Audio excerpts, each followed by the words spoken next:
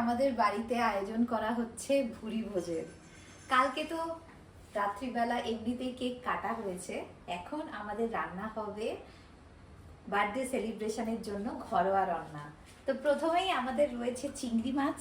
ব্যাঙ্গালোর হলেও এখানে চিংড়ি মাছটা ভালোই পাওয়া যায়, তো এখানে চিংড়ি মাছের একটা পদ রান্না করা হবে। তার সঙ্গে রয়েছে আমাদের রুই মাছ। রুই মাছের হবে কালিয়া বা ঝোল। তার সঙ্গে আছে পাঁঠার মাংস। এই পাঁঠার মাংসও আমরা রান্না করব।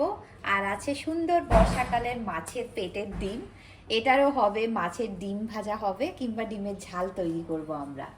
এখানেই শেষ না, আমাদের আরও রয়েছে পাবদা মাছ। আমরা এই পাবদা মাছটাকে সর্ষে দিয়ে রান্না করব। আর এর সঙ্গে জন্মদিনে যেটা না হলেই নয়, আমরা রান্না করব পায়েস।